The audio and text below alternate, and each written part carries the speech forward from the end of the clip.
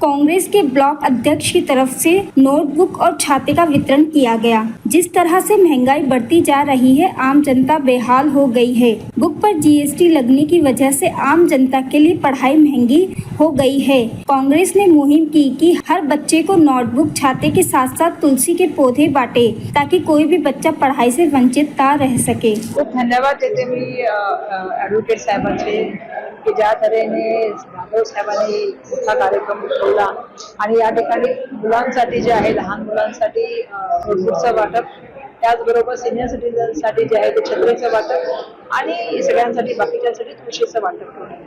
आता येणाऱ्या काळामध्ये आपल्या सर्वांना माहिती आहे, आषाढी एकादशी आहे, त्या दिवशी तुळशीचं महत्त्व सर्वांना माहिती आहे. आम्ही तुळशीचं वाटप ठेवलेलं आहे आणि म्हणून सामाजिक जीवनामध्ये ते काम करतात आणि ज्या तऱ्हेने त्यांनी आज हा कार्यक्रम ठेवलाय, सकाळी सकाळी एवढे सगळी मंडळी त्या ठिकाणी कार्यक्रमाला उपस्थित आहे. मला धन्यवाद द्यायला पाहिजे आमचे रवी गावकरजी यांचे, जे आमचे जिल्ह्याचे सन्माननीय अध्यक्ष आहेत, सगळे आमचे ब्लॉक अध्यक्षांना धन्यवाद द्यायला पाहिजे.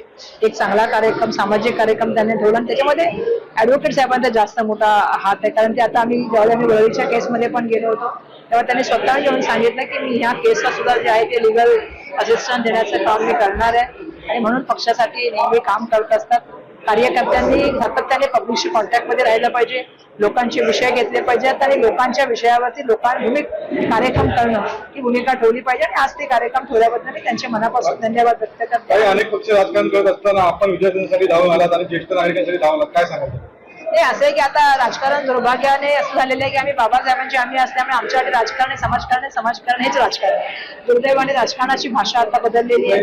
राजकारणामध्ये दबावतंत्र वापरणं, राजकारणामध्ये पैशाचा वापर करणं, बळाचा वापर करणं, पक्ष तोडणं आणि त्याच्या व्यतिरिक्त बाकीच्या गोष्टींचं जे आहे ते चाललेलं आहे. मोठ्या मोठ्या श्रीमंत लोकांची उजेरी करणं.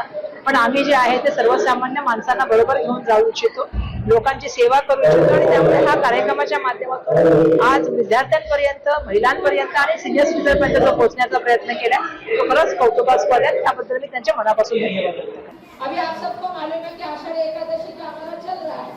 अभी पंढरपुर में जब पहुंचेगी सभी लोग तुरंत का लेके जाते हैं। इसमें तुरंत ऐसी है जो आपको मानेगा कार्बन डाइऑक्साइड लेके ऑक्सीजन छोड़ने का काम करती है। तो आप ये काम अच्छा कर रहे हो कि लोगों को ऑक्सीजन दे रहे हो, पढ़ने के लिए बच्चों को मदद कर रहे हो और जो हमारे बुजुर्ग है उनके लिए छाता देने का काम कर रहे हो। अच्छा काम करोगे तो अच्छा होगा।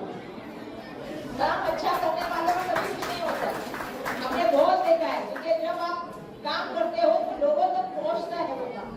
हमें बहुत सी बार लगता है कि क्या होने वाला है, ऐसा नहीं है।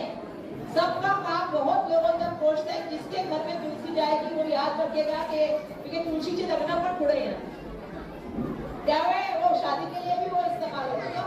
लोकांना बरोबर माहिती असतं की कुठलं काम केलेलं आहे, कोणी केलेलं आहे, कोण लोकांच्या वेळेला उभं राहतं, कोण मुलांना मदत करतं, कोण. आमची फक्त एकच इच्छा आहे सगळ्या विद्यार्थ्यांकडून की त्यांनी मोठं नाव कमवावं आणि महाराष्ट्राचा आणि मुंबईचा नाव लौकिक जगभरात घेऊन जावं. आमची हीच त्या मुलांकडून अपेक्षा आहे. माहिती आहे कारण मी नेहमी सर्वांना सांगते की आमची संपत्ती आता किती घरामध्ये संपत्ती आहे हे काही महत्वाचं नाही.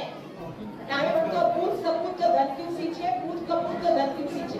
हे खूप दुर्भाग्यपूर्वक आहे. भारतीय संविधान प्रत्येक नागरिकाला राईट टू एज्युकेशन हा आर्टिकल 21 कलम 21 नुसार फंडामेंटल राईट, ज्याला मूलभूत अधिकार म्हणतो, तो आहे. तो गरीब आहे, श्रीमंत आहे, इरेस्पेक्टिव्ह ऑफ त्याचे कास्ट, ओरिजिन, रिलिजन, याच्या व्यतिरिक्त त्या प्रत्येक लहान मुलाला, मुलीला शिक्षण आणि त्या संबंधित त्याचा अधिकार मिळाला पाहिजे. शासन जर का हे वेळेत पुस्तकं देत नसेल तर कुठेतरी नागरिकांच्या मूलभूत अधिकारांवर गदा आणण्याचं काम शासन करत आहे आणि आम्ही त्याचा निषेध करतो.